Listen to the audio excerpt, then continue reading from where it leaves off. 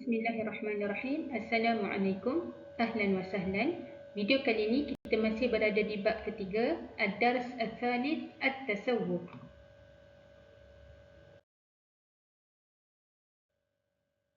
Kita teruskan perbincangan di muka surat 40, Safhah 40. Baik, di sini kita diberikan beberapa mufradat baru. Okey, di sebelah kanan kita ada malabis untuk pakaian dan di sebelah kiri kita ada mujawharat untuk perhiasan. Jadi fokus kita di sini adalah untuk menggunakan frasa urid an ashtari dan kita sambungkan dengan mufradat tambahan ini untuk membentuk ayat. Contoh, urid an ashtari hizam. Saya nak beli tali pinggang. Urid an ashtari silsilah. Saya nak beli rantai.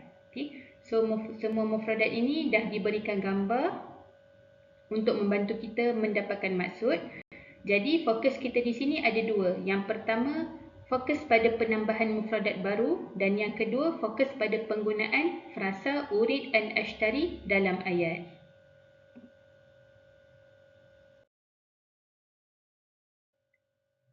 Seterusnya kita teruskan di muka surat 41, Safhah 41. Di sini kita nak tengok penggunaan warna di dalam ayat. Okey, kalau kita tengok di dalam buku muka surat 41 bahagian bawah dah diberikan jadual untuk warna dan setiap warna ada dua untuk perkataan muzakkar dan muannas. Okey, contohnya pada warna putih al-abyad untuk muzakkar, al-bayda untuk muannas. Warna hitam al-aswad untuk muzakkar, as-sauda untuk muannas. Jadi, macam mana kita nak guna warna di dalam ayat? Kita tengok contoh yang pertama. Al-quffaz al-abyad. So, di sini al-quffaz adalah perkataan muzakkar. Jadi, kita nak buat sarung tangan warna putih. Kita gunakan al-quffaz al-abyad. Al-abyad untuk warna putih yang muzakkar. Kita tak boleh guna al-quffaz al-bayda. Okay, sebab bayda adalah perkataan putih untuk muannas.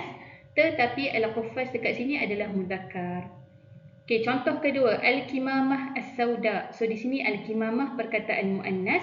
Jadi, nak buat topeng warna hitam, kita tak boleh guna al-aswad. Kita kena guna as-sauda untuk padankan dengan perkataan muannas sebelumnya. Jadi, untuk warna-warna lain pun, bila kita nak gunakan, kena bezakan penggunaan antara muzakkar dan muannas mengikut objek yang kita refer dengan warna tersebut.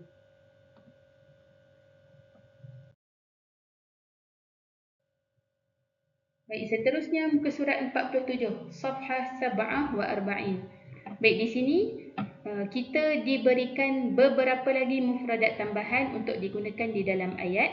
Okey. So, di sini saya buangkan pada perkataan hadha. Sebab kadang-kadang kita kena guna hadha, kadang-kadang kena guna hadhihi. Jadi, untuk kita minimumkan kesalahan, kita tak perlu gunakan hadha dalam ayat ni. Okey, kita fokus pada penggunaan soalan dan jawapan. Min aina ishtaraita أو اشتريت الجوال الجديد لو سمحت. اشتريت الجوال الجديد من محل التجاري. So, di muka surat 47 ada dua benda yang kita fokuskan. Yang pertama adalah pada penggunaan ishtaraita, ishtaraiti dalam soalan. Kedua-dua ini adalah fi'il madhi. Ishtaraita untuk anta, ishtaraiti untuk anti. So, kena guna dengan betul. Contoh, min aina ishtaraita al-jawal al-jadid ya Muhammad. Min aina ishtaraiti al-jawal al-jadid ya Fatimah.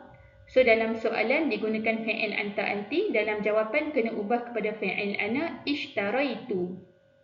Okey, ishtaraitu al-jawal al-jadid min mahal at-tijari. So, kita boleh gunakan mufradat yang diberikan ini untuk gantikan di dalam jawapan. Contohnya, kita ambil contoh yang pertama. Ishtaraitu al-malabis al-jahizah min qismil malabis. Ayat kedua, ishtaraitu dabbus brush min qisim iksiswarat wa adawat at-tajmil.